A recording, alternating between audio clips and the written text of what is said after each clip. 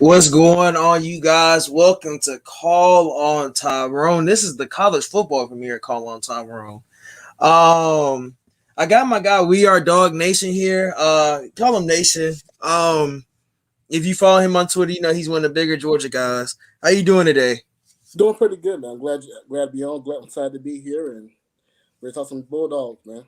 We're talking some Man, Bulldogs. got to. So what's going on, Choo Choo? So I wanted to talk to you guys. We're gonna talk about media day for you guys. So let's start with Kirby Smart. Kirby really didn't give us a lot that I think people wanted.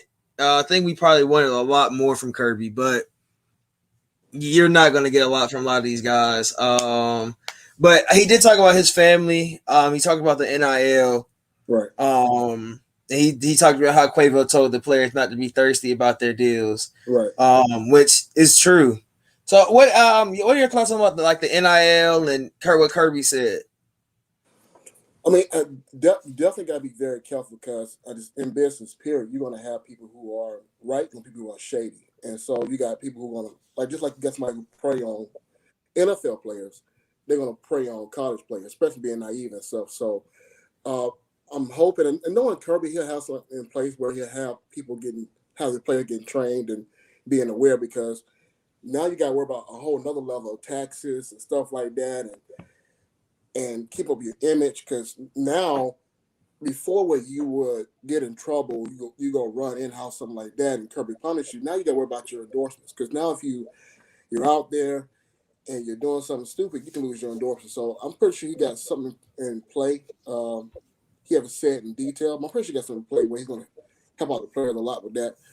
And definitely got to be careful out there, because there's some shiesty people out there. So got to be careful about that. Somebody try to play on you with you being naive and being new and being 18, 19 years old. So got to have something in play. So it's a bonus to have Quavo there, because now they got somebody that's in the business that know about endorsements, and they can kind of call on, look up to, say, hey, what do you think about this? So that's a major blessing for the team there. Yeah, for me, I'm only 20, so if I was playing college football, that'd be the thing you want to go after. I know it. I know it's my age. Like, you're going to want to go for that. Like, you don't get paid to play football. Right. Now you're getting paid to play football. Right. Now you're getting paid before you get to NFL. Right. It's not like, in basketball, they go play overseas and get paid and then come back and play in the NBA. Right. It's not like that over here. You're going to play football in college and you're going to go to NFL, but you're not going to get paid for it. Now, my thing is, oh, yeah, I'm getting paid. Oh, and you're so young, you got to think you're going to have to add lawyers' fees. You're going to have to add this and your taxes. You're going to have your parents can't do it now because they don't know. You ain't working like a 9 to 5. Right. So it's not like they know how to, because you're in a different tax bracket. You're almost going to be in a different tax bracket as them on endorsements. Right. And it's going to be hard and hurt. Like we say, Kirby knows. Kirby probably have his guys come. He'll have some guys come in and teach them what to do and what not to do. And endorsements are hard, really and truly, because even if you're endorsed, you can't wear half the stuff. Like, you're not going to see Spencer Rattler wearing a Raising Cane arm sleeve. Right. So let's say Spencer Rattler gets in trouble or he gets hurt. You don't know what Raising Cane will do. Right. They might cut you off immediately. And for what is his name? Nick Saban. Right. For him to say Bryce Ball, or is it Bryce? Their quarter, yeah. And he already saying he has multi-million-dollar deals. like it's crazy. Like he's already approaching $1 million already in endorsement deals. And see, the thing about that is, okay, now I thought about, what if you got all these endorsements, right? Yeah. But you're not, somebody come on better than you and you get benched. So now what happened to your endorsements? Because now you're not out there. Like, think about guys who might have endorsed Jalen Hurts, and then Tua takes over. Think about when somebody might have endorsed Jacob Eason, then he get hurt, then Jake Fromm takes over. So now what happens with endorsements? So it's gonna be something else, man. I mean, let's say imagine like an Atlanta company would have sponsored Justin Fields, right? And then he leaves, right? Like, it's gonna be, and you can't do state stuff. Like you can't be a state as endorser either because these guys have transfer portals. Right. Art Gilbert, is it Art or Art? I can't try to say his name. Arik Gilbert. Yeah, Arik. Yes, when he left LSU, imagine if he would have had a gumbo deal or a Zatarain's deal or something. Right. Then he got to come to Georgia. That's not your headquarters are in Georgia. You can't go sit down with them and ask about your money. They're gonna send you a contract in the mail. And they're gonna expect you to read it. And they're going to, and that's not good for these young guys because they got stuff to do. It really and truly. It's another part of the NIL, man, is that I look at, okay, you got now already, you got 4 stars and 5 stars that transfer in. Well, commit to Georgia, commit to whoever they're going to commit to, and then you look at, okay, well, what happens when this before NIL? You got guys transferring out because they want to play right away because they don't want to sit the bench. Now you got a whole other motivation going on when you got, okay, I'm sitting the bench, I'm not starting, I'm trying to get endorsement deal, I'm trying to feed my family, I'm trying to ball out what they're trying to do. Now I think the transfer portal is going to go up even crazier because I'm getting out here because I got to get on the field, I got to get my brand out here. So that too can play a very large, I think, play a bigger part in the transfer portal coming up with NIL. So it's going to be interesting in the next few years how this is all handled. Especially, I want to play, and those colleges are not going to sit there, and I mean, not even college, not these sponsors are not going to sit there and try to sponsor somebody that's on the bench. Not at all. I think if Holyfield would have been playing in NIL, he would have stayed. If they would have had an NIL for Holyfield, he would have stayed in Georgia. Well, yeah, he was staying like his senior year. I mean, his dad's name, like, yeah, he could off the Holyfield, the real deal Holyfield, he could have made some. Oh, he would have made so much money. Yeah, especially as you know, being his dad, who his dad is. Right. Like your dad has a statue outside of State Farm Arena now. Like, so like they would have had everything about him, and then you're in Georgia, you're in Atlanta. Like your dad had one of the biggest houses in the state. It is the biggest house in the state, biggest pool in the country. Like it would have been a different whole atmosphere, really and truly, if he would have stayed his senior year with NIL. Right. But going into this year, trying to transition a little bit. Going into this year, we're talking about our quarterback, Mr. JT Daniels. Yes, sir. I have Heisman hopes for JT Daniels. I've told people tell me I'm crazy, but JT Daniels, and it's not gonna be word for word, but I love this quote. That somebody asked him, so how did you develop a relationship with Ted Monken? He said, I wasn't doing nothing, he wasn't doing nothing, and he took me through the whole offense. Right. That's something you want to hear. Your quarterback is in touch. That's some in tune that you need to hear, because let's think about it. Jake Fromm, and this I've stopped liking Jake Fromm after the whole gun situation, but you know, so we can go. Actually, let's go behind Jake. Let's go Jacob Eason. Jacob Eason had a new coordinator. He wasn't as you know, special we thought he was going to be. Right. He got hurt. Jake Fromm just decided he was going to step in, and he took his job, you know.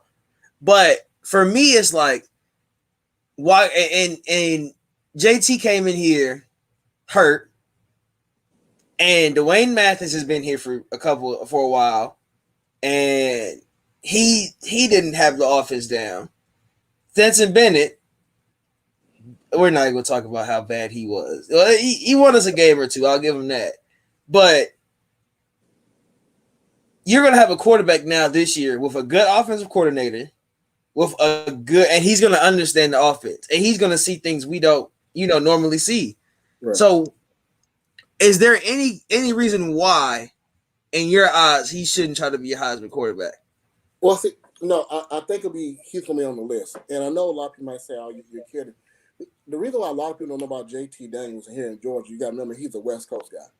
And so unless you here in the South and you kind of know quarterbacks around here, you follow recruiting, you're really not going to know much about JT Daniels. So I'll give you a couple of backdrops about JT. Number one, as a freshman in high school, he was the Max Player of the Year. As a sophomore, he was the Max Player of the Year. As a junior, he was the Gatorade National Player of the Year. He reclassified early when he should have been playing his senior year in high school. He was playing the freshman year at USC. When he Mm-hmm. reclassified early, he became the number 3 quarterback in the class of 2018, right behind Trevor Lawrence and Justin Fields. Had he not did that, had he stayed and said, "Oh, well, I'm going to wait 2019 to enroll," he'd have been no more quarterback in the country. Yep. And so this guy is he's a prodigy. A lot of people don't know about this. Like, prime example. So, he come from Monday High School. Monday High School put out quarterbacks galore, right? And when in the 6th grade, like the whole system, how people come up with the modern day system, in the 6th grade, he goes to the chalkboard and knows more about the offense of the starting senior quarterback at that point in time. This guy is very highly prepared. I remember if you watch G-Day, listen to the broadcasters, they were talking about how so impressed they was with his preparation, how he knows the game.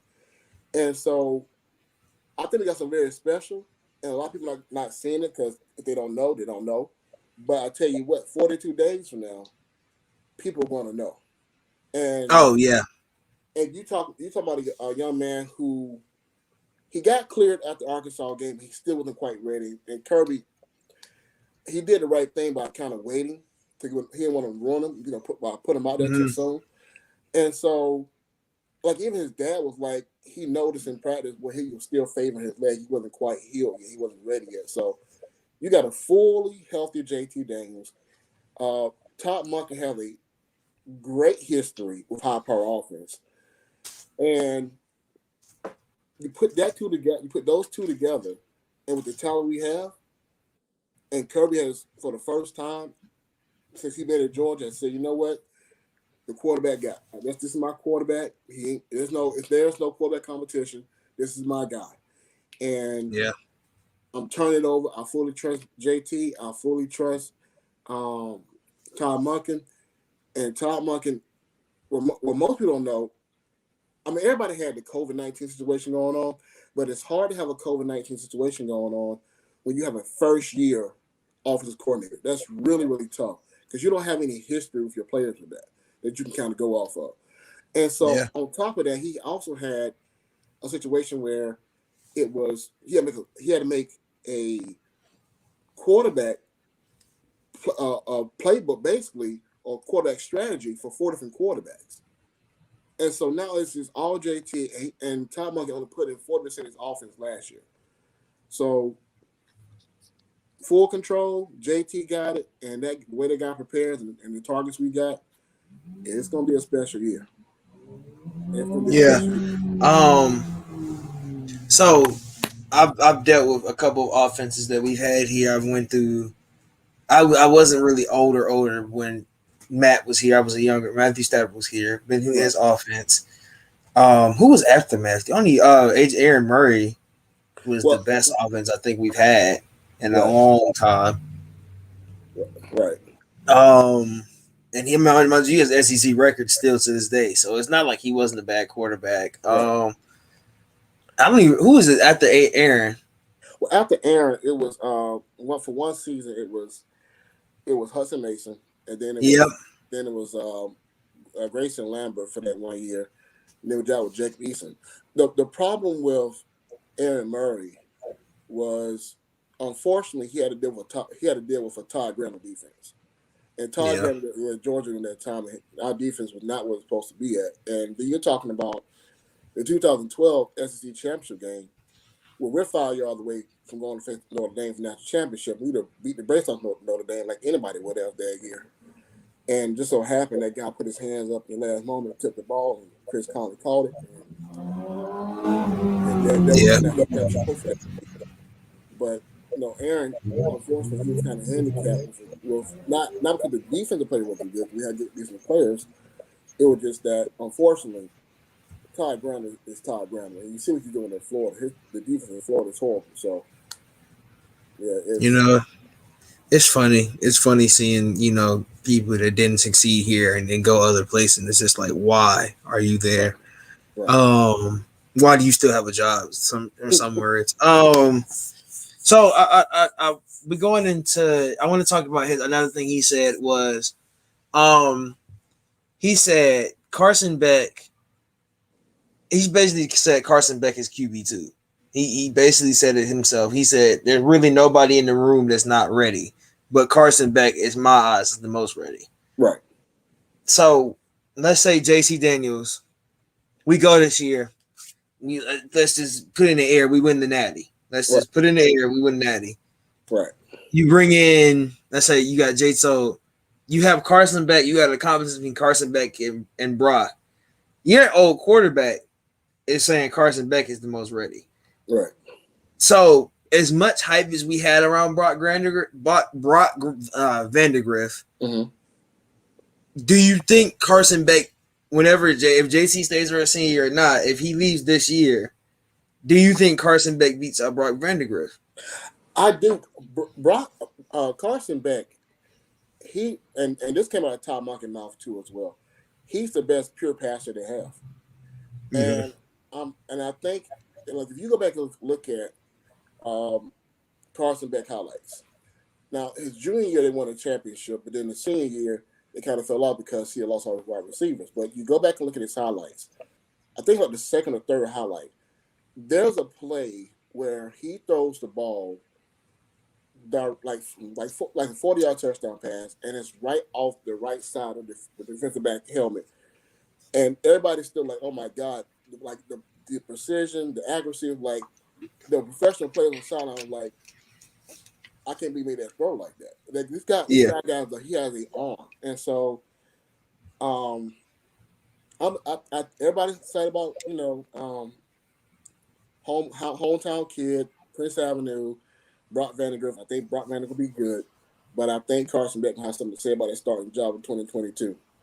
Yeah, and knowing Kirby, he likes to go with experience, and truth be told, I think that's why Carson Beck did not be the true freshman. He didn't start over Stetson when DeJuan kind of just wet the bed or whatever. But yeah, I'm excited about DeJuan Mathis. I think Brock Vandegrift have to be in line and wait for 2023 to get a chance to start. And him and Gunner Stockton can kind of battle that out. But I think right now, my horse in the race to be the starting quarterback 2022 will be Carson Beck. I'm very excited about that's what I mean. So let's think about the recruiting. Everybody talks about, oh, Justin Fields was the best quarterback you guys have recruited. Let's go back. Okay. I mean, we didn't recruit him, but we got him in the transfer portal. If we win a ring anywhere or get anywhere near a ring with him, everybody's gonna be like, oh, he might be your best quarterback in history, not knowing the history of Georgia. They will just throw him as one of the best quarterbacks. But let's go into recruiting wise. We brought in Carson Beck, recruit, and we brought in Brock Vandegrift as a recruit. Mm-hmm. Those are two quarterbacks that were high up, and as much as everybody wants to be like, oh, Justin Fields this, and y'all gave up the future of Georgia and all of that. We got two guys sitting on our bench right now that I don't think want to leave. Justin Fields wanted to leave because he knew he wasn't going to get playing time. Right. So these guys know when their time is, and I wouldn't be surprised if Brock redshirts this year. If it comes, let's say he redshirts because he knows Carson Beck is QB2. Right. You just heard everybody basically say he is the second. Everybody in the organization has talked about nothing low of Carson Beck. Everything has been high. Everything is he's this, he's that, and it's never been anything bad. So I don't think anybody really is gonna have a problem with him being QB2, and I don't have a problem with him being QB. His film, if you watch his film from high school, it's so funny because I think he was class of 2019, wasn't he? Or he was 2019. Come on, Carson Beck. Yeah, I think he was 2019. No, he's 2020. 2020. He's 2020. Okay. No, because Brock is 2021. He's just on campus now. So he was 2020. So it's so funny because I'm 29. I'm class of 2019. Okay. So I've played Brock at Prince Avenue. When he was the quarterback there. Wow. That man is a beast. We got beat. If I look up the score, and I hate to do this.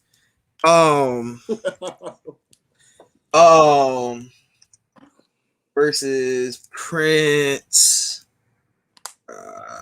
Avenue, right? Because that is a private school. It may not seem like it. It's weird. The school is beautiful, but if I go to look at this is 2018. Uh-huh. Yeah, 2017, 2018. We got beat by Prince Avenue 56-12. Oh wow. Yeah, Oh wow. yeah. So what's up, Knight? How you doing tonight? So yeah, if you can think about that, yeah, like that school is that. I mean, it's one of the best schools in Georgia. Um, so I mean, he's coming out of a place where you want him to come from. Right. You want it's a farm system there. Like Right. yes, it's a farm system, and we've seen farm system college high school players. Right. They usually, I mean, going into college, they usually come in prepared Right. because they're coming out of a system where they know if I'm not starting, I'm going to be somewhere and I'm going to play because they've been built like that.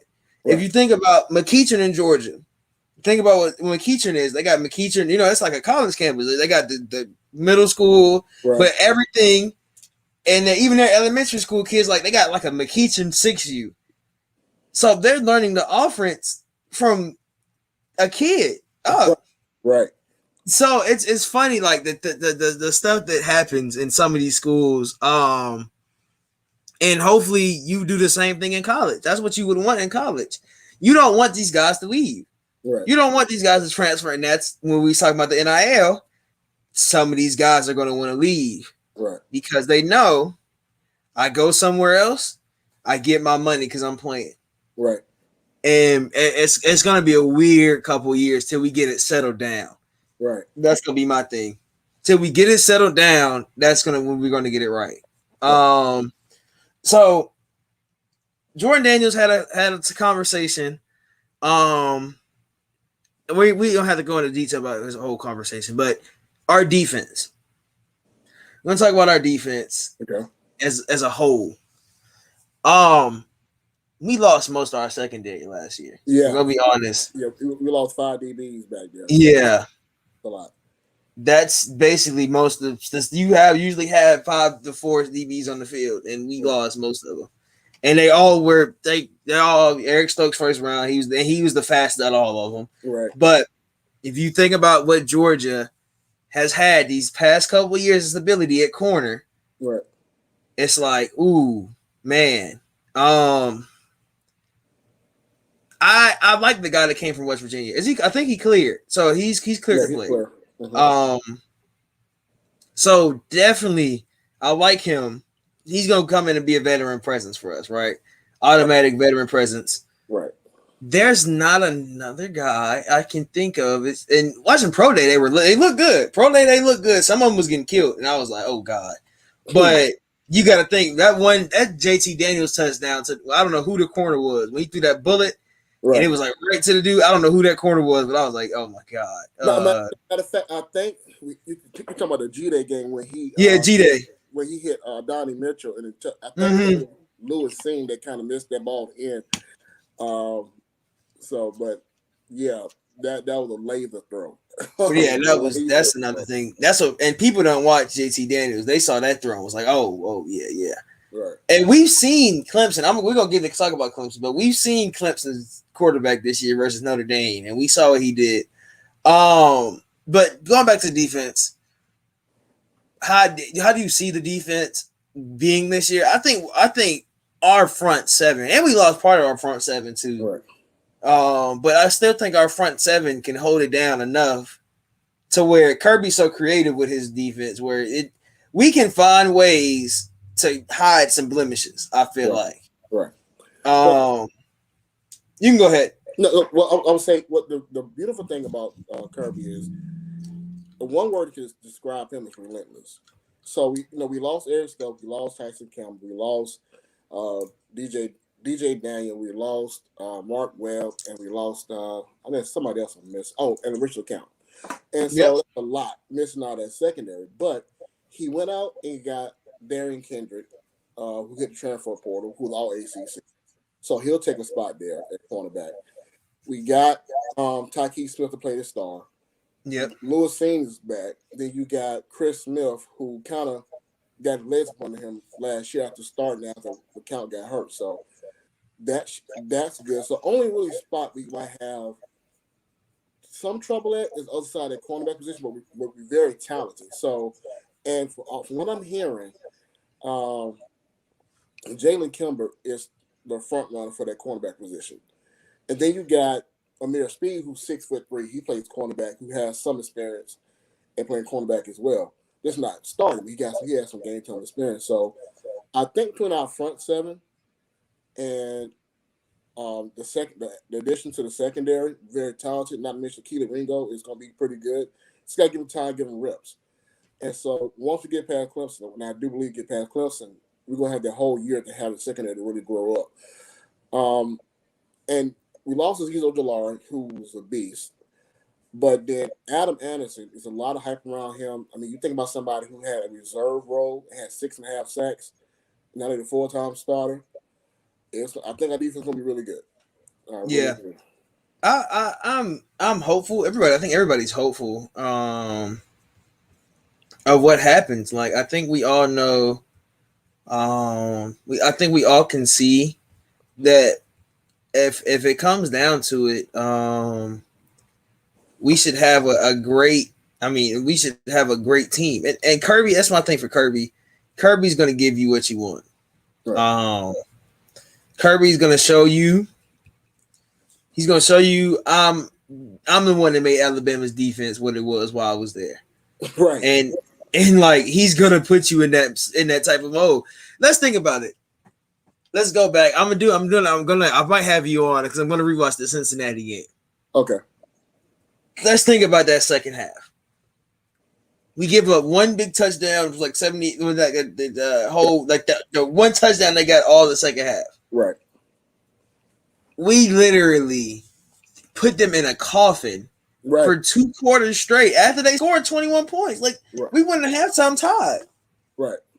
And we put them in a straight coffin, and you let not Richard LeCount, who was it? Azeez. You took Azeez out the straitjacket, and he just decided he was gonna get 4. It was 3 or 4 sacks in like 4 possessions for them. So, and a game-winning safety. Was it a safety or was it a recovery? Yeah, like safety. Yep.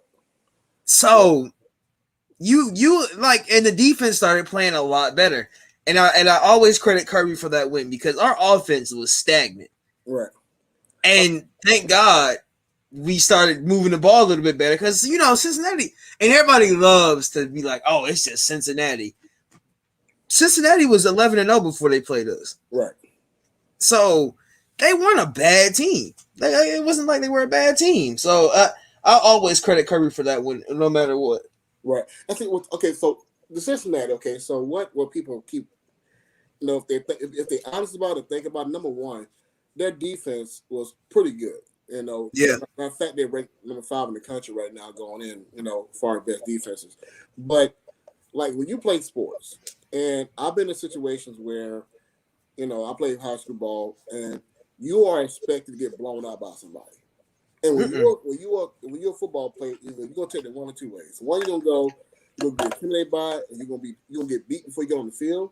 Or 2, you're gonna get a little riled up, like, hold on, what you gonna lose already? And when you got the national media telling you, oh, you're gonna lose by 4 touchdowns, by 3 touchdowns, they don't stand a chance. That's a different type of ball game. So you got at the same time, you got to remember these are still college athletes. They're still guys.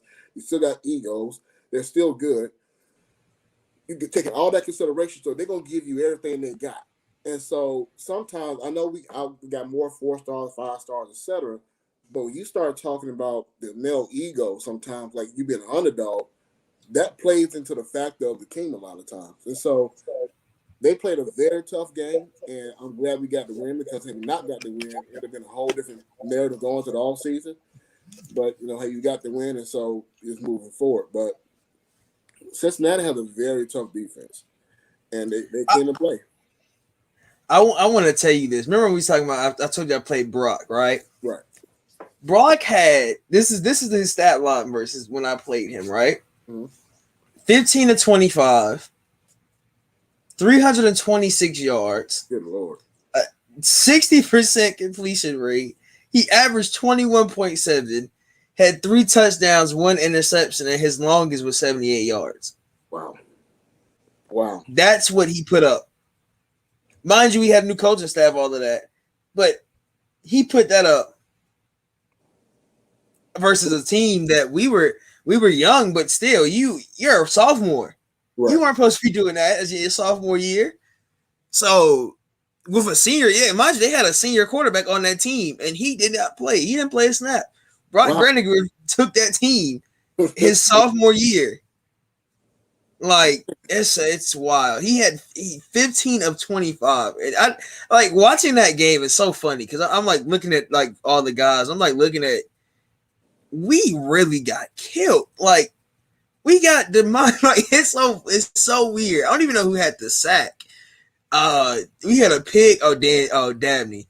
But it's like, yo, that was a wild. That man he was meant to be a football player.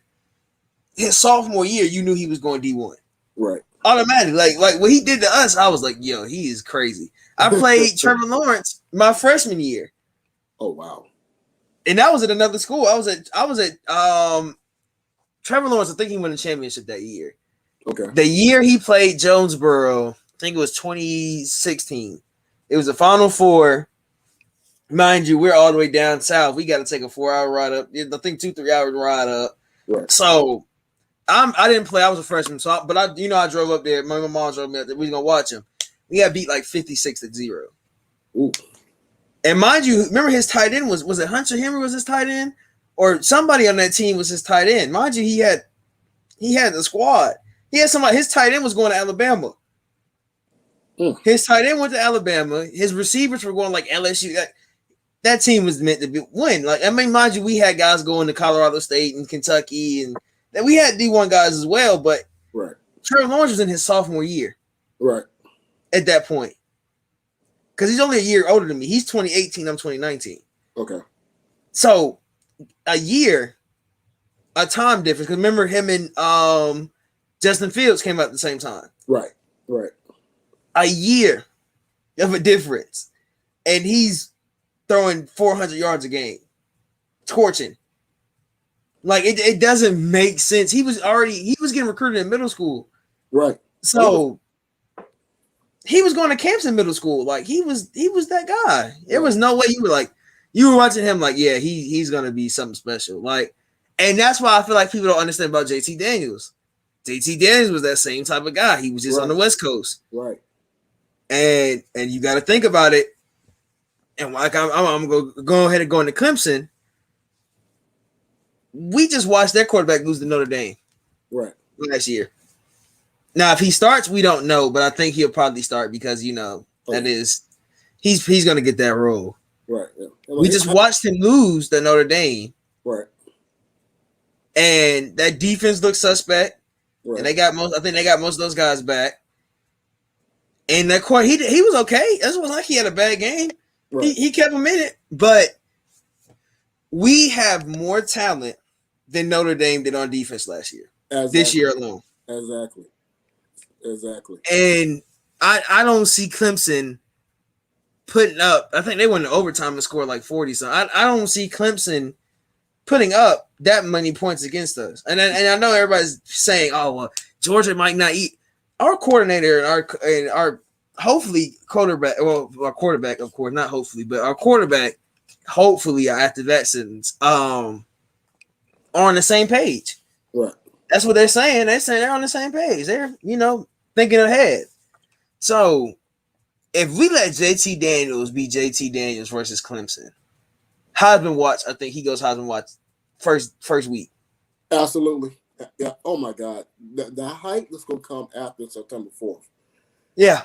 7:30. So that's gonna put JT and Georgia on Front Street. Matter of fact, and I believe that we're going to beat them by 10 points.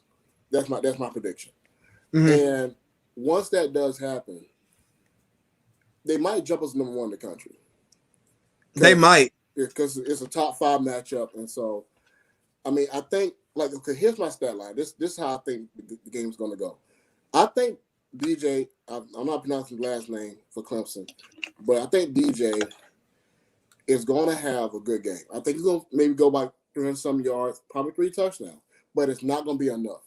I think our defense in terms of really good at kind of getting that, and Dan Lanning real good at repositioning stuff and regrouping and all that stuff. But I think for offensive power that we have coming, it's going to be too overbearing. And I can see literally this game being like 45-31. And I'm thinking Georgia. Him is Asia. So it's we get can't say it. I'll hear him say it week 1 and probably get used to it. But he might. Hey, he got a sponsorship with Bojangles. He might come in a little overweight. You know. hopefully coming there a little chubby. But he's learned. I mean, he's learned from Trevor Lawrence, but you can't. I feel like you can't say that. Like, and it's so funny. It's so funny when that reporter asked JT Daniels, "Do you feel like you're the best quarterback in the ACC?" And he was just like, I can't say that. And it looked like he wanted to say yes, but his pridefulness. I mean, not his pridefulness, but he couldn't say it. It was just like, nah, I'm not. You know, you hope to be that someday. Like, there's not another quarterback in the SEC, and it's so weird he didn't make the SEC first team on PFF. And I was like, how don't you put him in? I was like, I love letting people, especially about Atlanta sports, be wrong. Georgia sports in general. Let's say, like, you can be wrong all you want to, because you're not. If you're wrong, you're gonna look stupid in the end. So why not? Why am I gonna fight you about you being wrong? And you're gonna look crazy. Right. You're going to look crazy, especially, and then you have our whole O line. I mean, her literal whole O line is a part of the first team. Right. How do you not put our quarterback there? It just doesn't. It made no sense. Yeah. I said that just doesn't. They put, and this is the preseason. This is all SEC team. Mm-hmm. Matt Corral from Ole Miss was had the first team nod. I'm reading. Second team was Miles Brennan from LSU. Third team was Emory Jones. That's a joke, but go ahead. And honorable mention was Connor Bazelak from Missouri. Wow, it's all right. It's gonna change. It's gonna change. Like, none of our running backs made the list. Mind you, we have some of the best running back. We are a running back university. Right. What's up, King? See, this is a guy. You know, he thinks that JT Daniels isn't a Heisman guy. He doesn't believe he thinks this is who his Heisman pick is. It's either Spencer Rattler or it's the guy from North Carolina. Okay, that's his Heisman pick. Well, okay, so I can see why.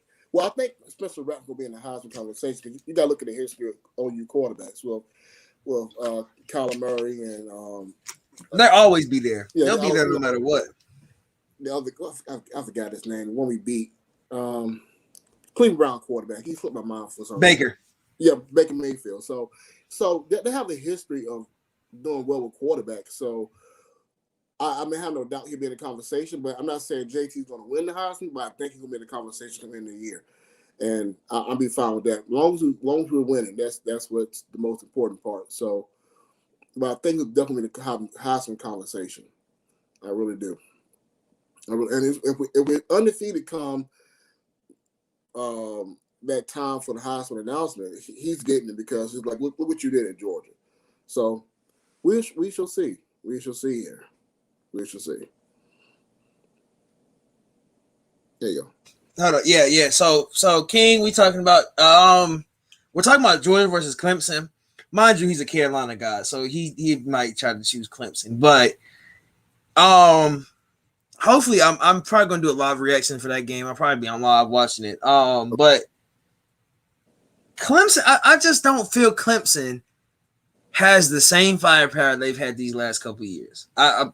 I'm sorry if you're a Clemson fan, like you watch. They don't have the same firepower for me. They just don't. They just haven't shown me something that I want to see. Like, I mean, okay, you have the one that you have Dabo and you got the same defensive coordinator as you kept him because you gave him a multi-million-dollar contract when he could go be a head coach right now. Well, he should be a head coach right now. Let's be honest. He should be in the NFL. He would have definitely. That's whoa. See that I'm getting into it. You have Dabo. You got I can't think of their defensive coordinator. They got a new OC, don't they? I'm not sure who the OC is. Oh, let me see. Because I feel like they've had, and it's not really about coaching at this point because they don't have better coaching. They got it's really Alabama. It's Saban Nation. It really both teams are just saving ears. I'll put them like that. They're saving ears. So you got two of Saban's best coaches he's had, and Dabo and surprising, and Kirby was literally might have been his best defensive coordinator. Let's not lie. Let's not lie about it. Everybody in Alabama misses Kirby. They rather him come back than be in Georgia. Right. So he's the best recruiting coach in the country. There's not a better recruiting coach here in the country right now. Right. So that's like saying Florida has a better coaching staff because they beat us last year. No, they had so many breaks with their way for that game. It's unbelievable, but it's all right. Well, quick side note about Clemson. JT has that game circled, so I'm excited about October 30th. Yeah, he does. He said it. He said I'm gonna go from. He said we're gonna go from the end of camp and then we're gonna get right to Clemson. Right. And he said, yeah, I've been watching film like this whole summer. I said, oh, he's gonna. I was like, oh, that's gonna be fun. That's gonna be a fun game for him to have it circled. Means he really cares about it. Right. If it's not coach, why can't Georgia win a natty? Let's go. What year do we? So let's go. 20 was it 2017? Okay, let me chime in on that. Okay, so because this is the argument. Well, let's start with what Kirby Smart has done at Georgia. Okay, 2017. You're talking about. I don't know why Dominic Sanders had a busted. Why he decided to get cocky on 2nd and 26. He lined up out of position and it was too late. Devontae Smith catches a touchdown. Had he did what he was supposed to do to play before, we not even had this conversation. We should have been national champion in 2017 season. 2018, Kirby panicked. I think he panicked what happened last year. That's just my opinion. I think it was a dumb call, 4th and 11. So, well, what can you do? Okay, we messed that up. 2019, that was LSU year. No one beat LSU in 2019. 2020, last year, you're talking about we played 60% of our games with a guy who was a 4th-string quarterback at one point. We were forced to play him. I challenge anybody, any team, to go out and win a championship with a 4th-string quarterback and see how that work out for you. So 2021 is our best shot. And so to say we can't, it's not about a matter of can't. Like Greg McElroy said, it's not a matter of can he, it's a matter of when. Because he's going to win one. And when we win one, it's going to snowball. So get the questions, the jokes in now because it's sooner rather than later, Georgia will be national champions. Brent Venables is the DC at Clemson, right? Mm-hmm. That's the one that looks like that. Who does he look like? Oh my god, he looks like the guy from Spider-Man. He looks like the Green Goblin. That's what he looks like. But so Brent Venables and it's Tony Elliott, right? Mm. Two guys that are making. Tony Elliott is making $2 million per year. Wow. As an OC. Brent Venables, and I want you, and I want you guys to hear this because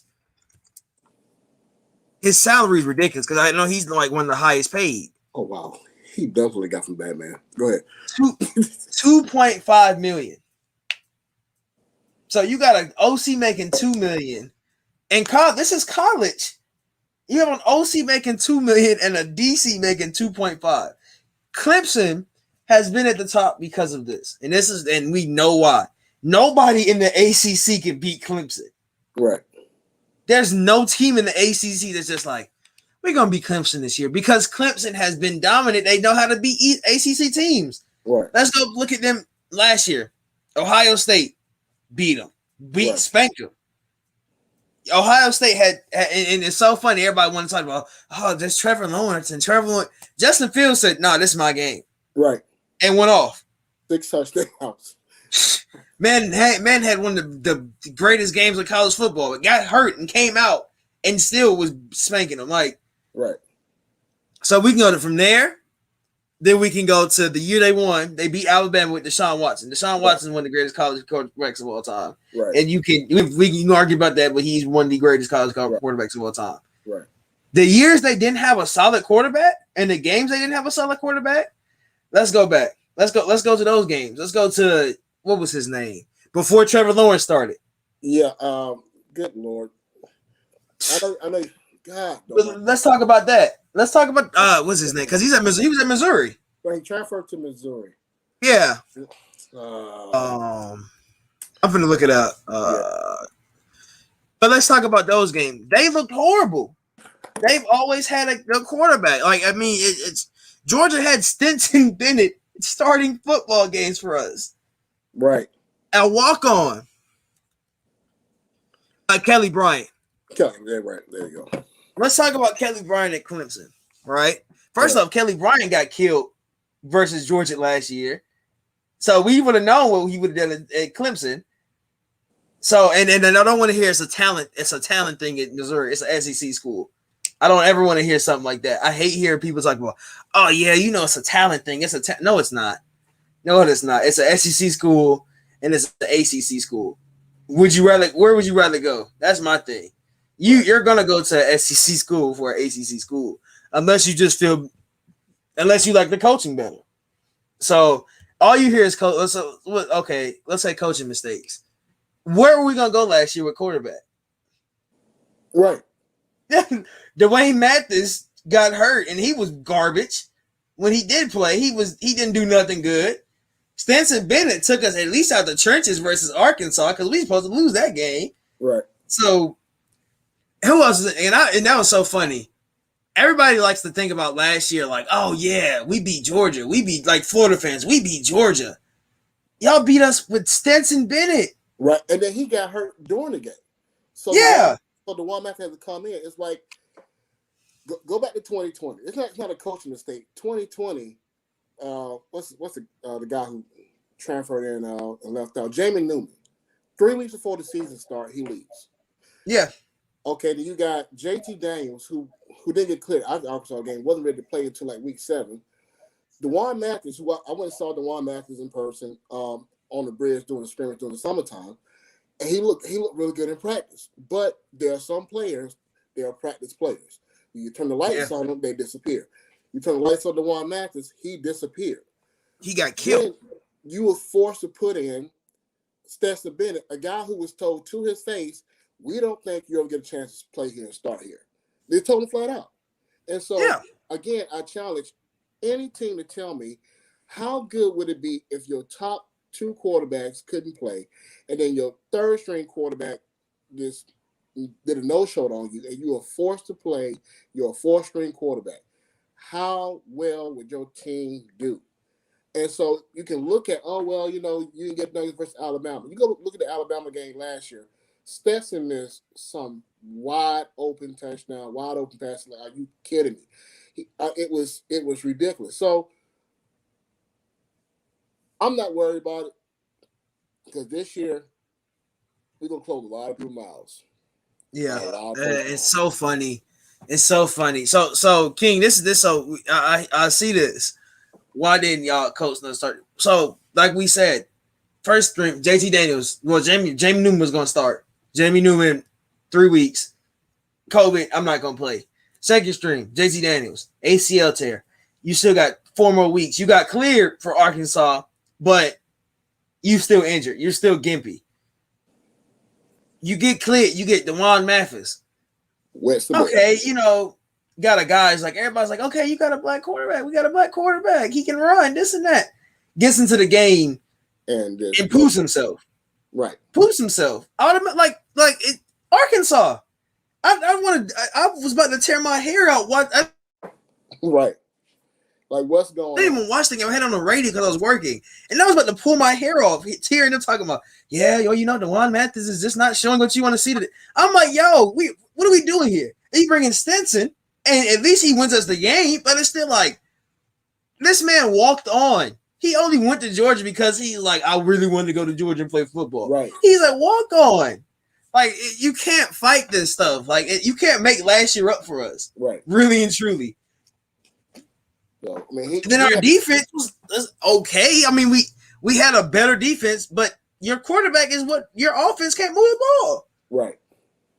So last year was a joke of a season at quarterback for us until JT that, and it's so funny because everybody was like, "Oh, look," and then JT Daniels got in there. 400 yards, first game. 5 games, 5-0. Well, 4 and won the bowl. 4 games. It was 4, and then he won the bowl. Right. Well, the 4 game Vanderbilt punked out on us, and so 3 times in a row. 3 times in a row. Yeah. So it's only 4 games, but his first game 400 yards. His last game he had 392 yards versus Cincinnati, which is a very quiet game. So it's high expectations, and like Kirby said, pressure is a privilege. Looking forward to the season, man. I'm looking forward to it. I'll go a little bit through our schedule, because what people don't want to see this is strength. Everybody's going to talk about strength and schedule next. So let's go ahead and talk about the schedule. Right. We're gonna go here. I'll go schedule 2021. And we got one more topic I know everybody want to talk about, and well, I'll get to that, and I'm going to give my spill on that because it's still horns down no matter what conference they're in. Right.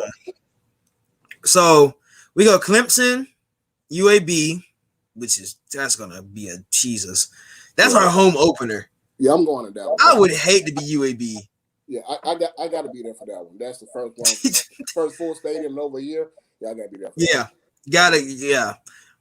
Georgia versus South Carolina is home this year, and I dare them to touch the hedges again because they probably gonna get blown out. You get Vanderbilt, which they can't punk out this year. Right. 60 points. Arkansas again. I think Arkansas. We're gonna win that game, but I think Arkansas will give a tough battle. I like Sam Pitt when he's going, but we'll win that one. I think Arkansas will be a tougher game for us. Yeah. Auburn. We're at Auburn. I don't see a problem with Auburn. No. I don't know. Even though my cousin goes to Auburn, every time I played him, I'll be looking at him like, sorry, you're going to lose, though. You're still going to lose. Kentucky, 60 points. Yeah, it's going to be beat down. It's Florida, 3:30 every year.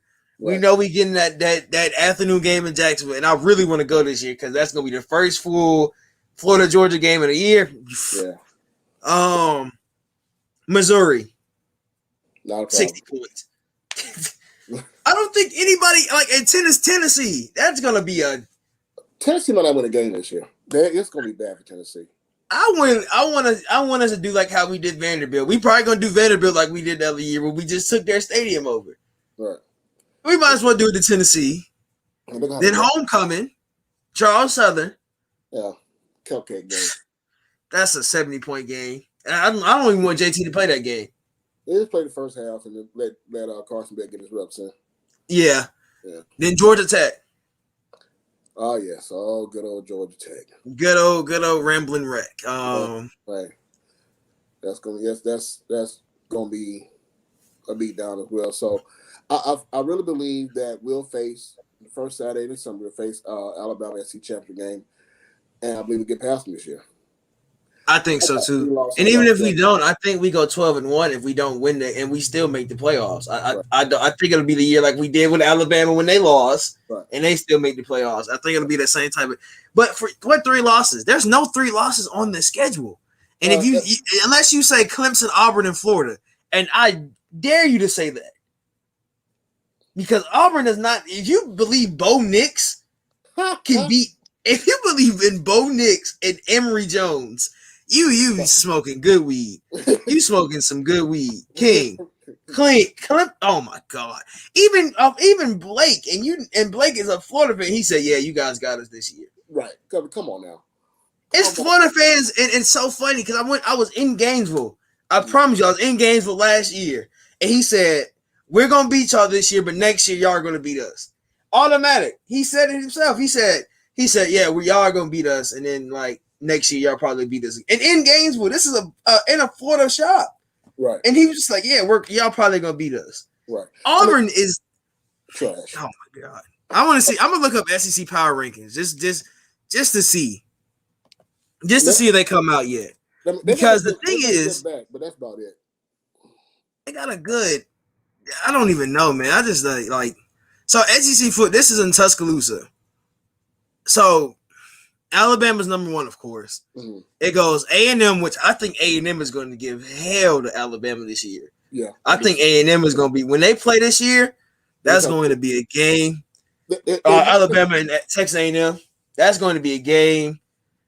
LSU is going to be a game versus Alabama. Right. And then Georgia. Right.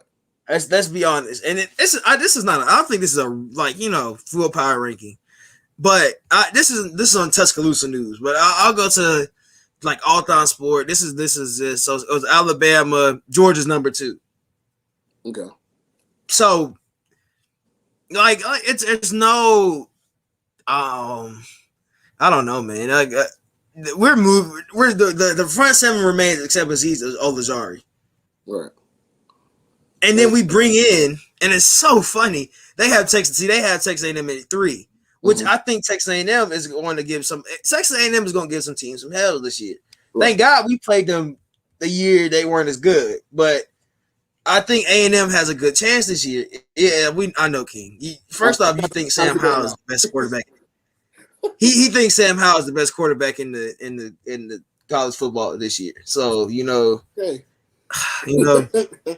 Well. He says Sam. No, this is what he said. He says Sam Howell and Spencer Rattler are better than JT Daniels. So, and I'll watch Sam Howell play. He's at North Carolina, bro. If North Carolina beats Clemson, that's when he'll get my respect. Right. Till he beats Clemson, or if he beats Georgia Tech, because I think Jeff Sims got something brewing in Georgia Tech. They gonna have an offense this year with a quarterback that's gonna run. Right. And Jeff Sims gonna take off. And we like that at Georgia because he's gonna get hit a good amount of time. Let's see slide. Like Lamar, and that's so funny because I always think back to if we would have played a lot of SEC schools, like when they were at their prime, like say we would have played Teddy Bridgewater, he would have got smacked when he would have tried to run on us. Lamar Jackson would have got hit as hard as possible. I mean, let's think who else was Deshaun Watson didn't get to play Georgia. Well, these guys in the SEC. Yeah, it was first game like part time. So so I think he was at Clemson when we played in that little series we had like back to back, but he wasn't really starting. No, so I started over him, but he kind of got in the game. But it was no full game. I wanted to play these guys in their prime just to prove the SEC is better. Look what we did to Baker Mayfield. Baker Mayfield put up 30-some points, 35, and we still beat them. Right, and he was the Heisman and. What did our defense do at the end of the game? Look what our defense did to Oklahoma. And I want to talk. This is okay. I'm gonna transition into that. That is going to be my transition into the topic that makes this year a little bit weird. Texas and Oklahoma are trying to come to the SEC. Yeah, man. I don't know how long their contract is with the Big 12 or whatever they have to do to get out of the SEC or the NCAA rules, whatever that. But like I said, it's still horns down no matter what. Right. And it's still OU suck. I like that. So I mean, it's gonna be funny to watch. I'm gonna love playing OU on that schedule. I'm gonna be loving Texas every year we play them. Because they're going to make that horns down and all of that rivalry. And then they're going to have that whole thing talking about, last time we played Georgia, we beat y'all. I'll buy you a Georgia. I'm not a Tech fan. Don't dare buy me a Tech hat. You better get that big G on there. Right. Has to play the entire. Sam is going to. Why wouldn't he play the entire game? Why would you think Georgia Tech going to hit him hard enough? Which they got. I ain't going to lie. Georgia Tech, look, I'm not scared of Georgia Tech, but I follow Georgia Tech a little bit. They got a squad in a couple years, and they're recruiting better. That team, give Jeff Sims a year or two. He has Lamar Jackson potential. I promise you he does. Okay. Give him a year or two, and that's going to be that's going to be good. That is going to be a good series, and I'm gonna love it. And then that'll be Brock Vandagriff versus Jeff Sims in about 2 years, hopefully, or maybe it might still be Carson actually. Right. But either way, we're still getting the guys that we want to see, and I want to see him play. And I love watching ACC. I'm covering all the colleges football, but I'm gonna love seeing Tech play this year. I'm gonna watch Tech a lot because I want to see what Jeff Sim does. That's my only hope for Tech. And then their running backs are good. Right. But back to Texas and Oklahoma. Texas is just gonna bring money, really and truly. Right. Texas is gonna bring money for us. Oklahoma is just gonna be Oklahoma. I don't get the Oklahoma decision, but I understand Texas maybe. Right. But you haven't won a Big 12 championship in how many years? If you're Texas, I don't know. It's been a while. It's been a while. Right. Why would you move to a harder division, and you're not winning in that division? Well, it's a money grab, and for what I've been hearing here lately, it's more supposed to become. They're trying to build a 20-team mega conference, which I think is dumb, but I think it's just dumb. Quite frankly, you tell me it's official. They probably announced it this week, but it's official that Texas, Oklahoma are from the SEC. I say put out Vanderbilt in South Carolina, or put out Vanderbilt in Missouri or something like that. Like get out SEC. Definitely put out Vanderbilt. Vanderbilt can go play in the ACC for all we care. Right. But I'd say move Auburn over.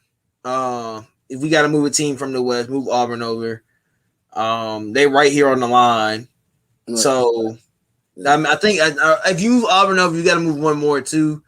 And so now when we have two Texas teams. If it's going to be a 20-team mega conference, let's say we do make it like a 20-team mega conference, right? Right. My 20 teams, and mind you, that's going to kick out half the SEC for me. My 20 teams is going to be Auburn, Alabama, Georgia. I'm not going to go through all 20, but this is my SEC pick. Florida, maybe A&M, and that's 5. And they're like, you might add Clemson in there. Right. You can put Texas in there, maybe USC. Maybe these the blue, not I wouldn't say blue collar, but maybe the ones that always are good, right? So if we make a 20-team that's like bringing back the Big East basically. If we're gonna do something like that, you might as well. What are you gonna consider this? And this is what I've considered before. East Coast versus West Coast, like how they do in basketball or like in football. You can do it like football, really. Right. You have your division leaders, and then you battle out, and then whoever wins in the like ACC, SEC, get your power fours out of the East Coast and your power fours out of the West Coast, and you get the 2 wild card teams. That makes it 8 teams in the playoffs. Now it's 8 in NFL. So that would make it 8 teams on both ends. So that'd be a 16-team playoff. But you would just run it like how you would run the NFL. You would have, what's the power 4? What would be our power 4 in the East Coast? It'd be Big Ten. I'll say Big Ten. I'll put Big Ten in the East, even though, they're more Central, West, kind of. But, no, because Rutgers and all of them are over here. So I'll say the Big Ten, it'd be SEC, ACC. Is there a 4th that could kind of sort of sneak in? What is Coastal Carolina in? I'm not sure, but I know that, believe it or not, they're actually talking about the power to SEC. They're talking about Florida State, even Michigan. Like, how the heck is Michigan Southeastern Conference? Like, come on. No, Michigan can't come here now. Little Georgia in Tallahassee can. Right. No, I'll give them that. And the only reason I call them Little Georgia because they literally aren't even past the line. You might as well still be in Georgia and Tallahassee. Right. So maybe, but Michigan, no. You would have to change the name. That's what I'm saying. That's why I say you're gonna have to change the name. That's why I said just if you're gonna do it like that, just make it like the NFL. If you're gonna try to make college football into something like remember how soccer was what was like they were trying to do that Super League thing and they were trying to pull all the other big teams out of all the, that's basically what you're trying to do. But don't put them in the SEC, just change the name. and it's gonna be, and that's gonna mess up a lot of schools though. Because Right. if you're not in the Big 20, let's call it the Big 20. You're not in the Big 20. Who gonna want to come play for you? Why would I want to go play for you and you're not the 20 schools that are always gonna be at the top? Right. Yeah, so it's gonna be wild. That'll be a wild thing to happen. Man, I thought about if you get to 20, my perspective, if you get to 20, you're looking at the prestige is gone. Because everybody in there. Yeah. But it's all right. I mean, Kirby's mentality not going to change. It's about getting the best player and about winning championships. So no matter who's in there, that's his goal. And so I just really believe in the state of Georgia, we voted like the best college town in the country, and the Atlanta, Georgia area and the stuff that's surrounding Athens, Georgia. And that first championship hit, oh my! I say this all the time on my podcast. I do. If we're recruiting like this now, and we had a championship since 1980. We bring number 1 classes now, number 2 class, number 3 class, etc. Now, can you imagine the impact it's going to hit when we finally get over that hump and win that championship? Yeah. It's going to explode here in Georgia. It's going to be like Alabama 2.0. Right. Really and truly. Alabama of the East. Let's put it like that. I'm going to throw in gonna give y'all a little brand deal. Official energy drink of the FILA podcast is Raise Energy. You can use code FILA-SP when you go onto their website. Pre-workout powder. They have pre-workout powder. The actual can. They have cases of the drink if you want to go try it and you like it so much you want to buy a case. You get 15% off your order when you check out. They have a new flavor coming out. They had it come out. It is called Rainbow. Supposedly it's better than their best flavor. So when I try it, I will have it on here, but it is called Rainbow and it's 0 sugar. Did some research on it myself when I bought some yesterday. It's amazing. All of it tastes good. You can find them at QT if you want to try a can. If you would rather buy a case, if you want to buy a case or you want to buy a shirt, they have merch, they have everything. Go on repsports.com. Check out. When they ask you for a promo code, use FILA-SP in the promo code, and you will get 15% off your order. So we go ahead and get out of here. Nation, you got anything you want to talk? You want to shout out? You want to shout out your Twitter, your podcast? Well, yeah, you can follow me on Twitter at We Are Dog Nation right there on the screen there. I follow all my dog fans back. That's automatic. I look and see, okay, you following Kirby, you got a Georgia Bulldog head. I'm following you back. I love talking all dogs, and I do a podcast periodically. I do it. I know I do it definitely after every game. You can find it on Spotify, Apple, and all that. It's the We Are Dog Nation podcast, and that's it, man. I had a blast here. I look forward to doing it again, and this is fun, man. This is really fun. Yeah. If you came in here and had a comment, Choo, I know you was in here talking about Miami. I might do a show about Miami if I feel like it. I don't know how that's gonna go. I follow Miami on YouTube and they just be posting just random stuff about their football programs and summer camp and all of this. But we're gonna go ahead and get out of here. Thank you guys for coming in, talking with me. This was the premiere of Call on Tyrone, the football show. Thank you, Having Nation on. Thank you. Follow him at we_r_dog nation. Please do. I mean, you're a Bulldog fan. He posts nice. He's got good content, man. And with that, we are going to get out of here. Peace.